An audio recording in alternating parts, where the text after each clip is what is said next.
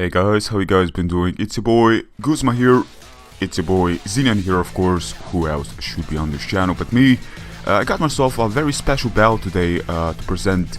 This battle actually took place in Belgium when I was on holidays, and me and Verya actually had a match in the back seat of the car. Her mother was driving us back to their place, and yeah, I was like, you know what? We should use our story-based team and see how it goes.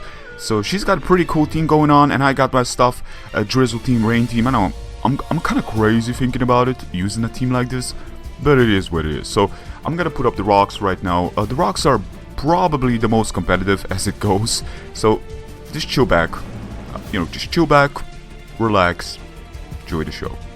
So she's gonna switch out to her grass type Pokemon. I'm gonna switch out to my Sinister Hood, my Robin Hood of the Pokemon franchise. She's got a Rapid Spin, which is not something I was expecting. Also, question of the day at the end of this video, okay? Be sure to stick around. I wanna hear your answers on them. Anyways, them legs are gonna switch out. I'm like, Robin Hood, I know. Them legs. So, just gotta go for the Spirit Shackle here. Doing some damage, some significant damage to the likes of Sonara switching in. It's gonna put her on a timer, as I can switch out to my Stealth Rock lead. And most of this Pokemon I kinda like. Well, I have to admit that somehow I've actually been starting to like the night form of this wolf Pokemon as well. Before, it kinda reminded me of Zoroark, and it, and I had some strange reminding of things I didn't want to be reminded of.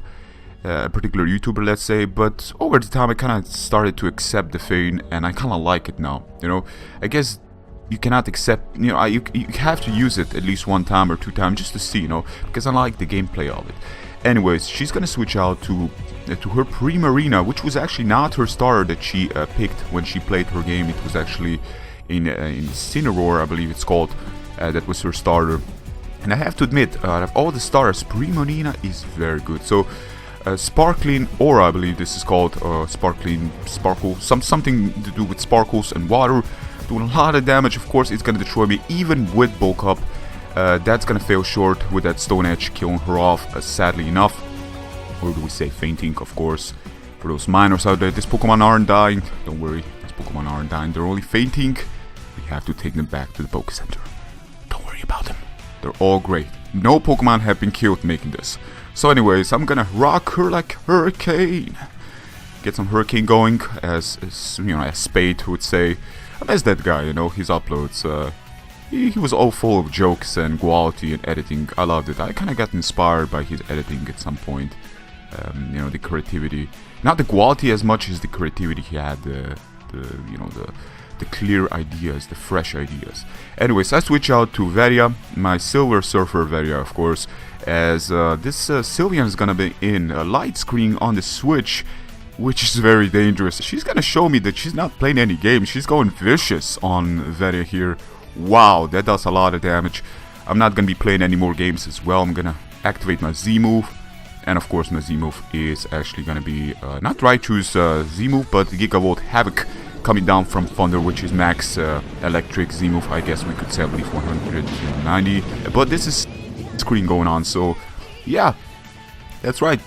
Sylveon here, Sylveon is absolutely gonna eat that and destroy me. Just wow, Verya, wow, that really took her by guard. That took me by guard, surviving that well. I'm gonna go for Leaf Blade. I know it will survive, but not that well. Wow, that was something else. So Leaf Blade is gonna finish her off now as well, and Rain is gonna go away. So Crobat can come in freely. Before it couldn't because of Stealth Rock damage. And Sinister Hood is gonna need to switch out here. Still fearing the Wing Attack, Cross Poison. I am doubting U-Turn is gonna come in because again Stealth Rocks are doing her toll. So she's on a timer and she does review the Cross Poison. So Skyrandermon is okay. Skyrandermon can still take one more and retaliate with a Tailwind, which is gonna make my Pelipper actually faster than her, which is something you normally don't see, but under Tailwind most of the things are actually quite fast. If I can shut her down and take her out right now, then I may actually have a chance against her next incoming Pokemon, which is Mismagius. And Mismagius are supposed to be faster normally, but because of Tailwind, I will be able to outspeed her. So she's gonna go for the Shadow Ball, take me out as well. I don't really have a safe switch for this, especially with my starter going on. And just switching out Wishy-Washy, of course. Scrolling is gonna activate, transforming me into the behemoth that is the gigantic Wishy-Washy. Such a powerhouse, and this is not what I was expecting. I should have actually seen something like this coming, because up until now she didn't activate any of her Z moves, and never-ending Nightmare is gonna hit me for just about enough damage. That is about 75%, where I will go back to my little scrolling form. And yeah, that move that I did was a mistake. It was a huge mistake. I should have attacked this while I still had the time, because this little girl cannot do anything. So Shadow Ball is gonna hit me, and that's gonna be Wishy-Washy being washed away. She used to have wishes, you know, wishes of not being washed away, but wishy-washed, you know, that's all I can say. Wow, that actually rhymed. Anyway, so let's go in with our Frozen Gara. Gara has, seems to be traveling to Russia, so now he's Frozen Gara instead of Sand Gara. Gara would know what I'm talking about. It's a little joke between us. And she's gonna... well, Gara is bringing in the payback, you know. He is in there, gotta pay me back something, and payback is gonna take down her Miss Mages, leaving her with the last two remaining against my last remaining. So, again, Stone Edge hit me for so much damage. It's unreal. This thing is actually bulky, but I thought it's bulkier, but I'm not... Wow, I didn't took that well whatsoever. I'm actually kind of surprised. I believe I don't got close combat on this because it's story mode team. And just gonna go for the payback there. She's gonna finish me off with Cell Rock, which is a new 40 base priority rock type move. And a very good one at that. Sadly enough, I believe this is the only Pokemon that can learn it. It is his signature move by the end of the day. So I'm gonna switch out back to my Sinister Hood, as she will switch out as well to her them legs.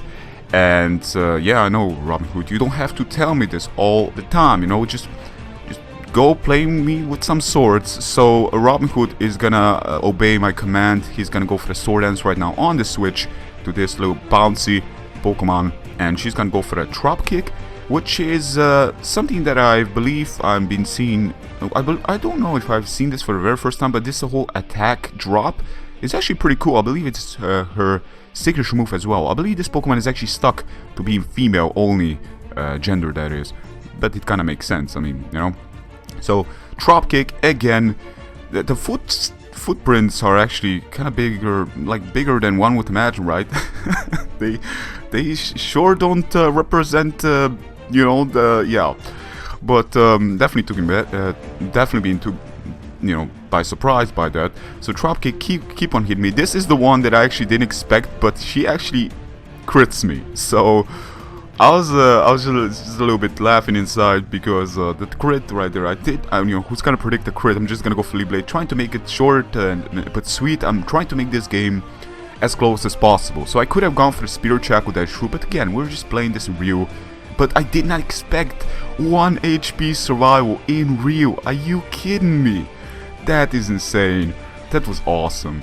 And that Pokemon survived. I wanted to go against the rock type Pokemon. Listen Rock, I believe, yeah. And going against it, but it didn't come down to that even. So trying to sucker punch that Pokemon, but Stone Edge would probably finish me off anyways. Still, ladies and gentlemen, that was the match against Verya in Rio. I hope you guys have enjoyed it, and girls and everybody that's watching this. For the question of the day, yeah, the Pokemon character in a Pokemon franchise, I kind of like the character development. It was Haru, I believe it was called, the guy that was always smiling, for a reason that was. I believe he had a fame for Lily. At least at the end it kind of showed. But let's talk about one character that you kind of wanted to see more developed. I guess Lily's mouth was kind of a sight, I mean, for a 40-year-old, I believe she was. But let's put it more into perspective of character development. Which is the character you want to see more, or if you could see it being in the next Pokemon installment. I would actually admit that I kind of want to see Guzma as the good guy. Because I somehow think Guzma is actually the character that wasn't really introduced as deep as it could have been. Because when you actually think about it, Guzma had a Pokemon, Galissapod, and Galissapod pre-evolution is actually known in the Pokédex that he's a frightened Pokemon. He's basically scared of everything. Just the way you catch it is based on fear, you know. The Pokemon just runs away from you the closer you get, so you have to use Tauros to catch up with it. So that's very interesting because the guy had to use a Pokemon that's frightened. Why would this guy actually? Because he probably evolved it. He didn't get it at his evolving stage, I would assume. And yet one would wonder what kept this guy interested in this Pokemon outside if he could actually relate to the fear, to the insecurities of this mon, and somehow liken it and building up into a warrior. You know, that really showcases some sort of characteristics you normally don't see being developed and showcased in the actual games. And I think there is a lot of character development to Guzma they could have easily have made, but they decided to skip. I actually didn't like the whole Lily going away. I kind of felt that the story was a little bit forced at the end. It kind of felt, especially with the party thing at the end, I kind of felt it was a bit extended too much, which is okay, you know, because it's something we aren't familiar with Pokemon games at the end like that, especially with the Elite and how you approach the championship second time and you have to defend your own title, which is cool.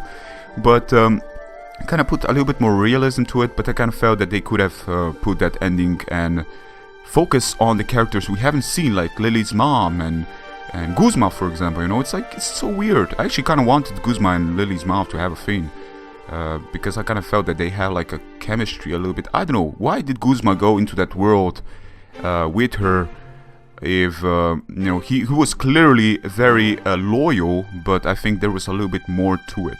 So how do you guys see that? And also, let me know about the character you want to see being a little bit more developed, if there could have been featured in next upcoming Pokemon games.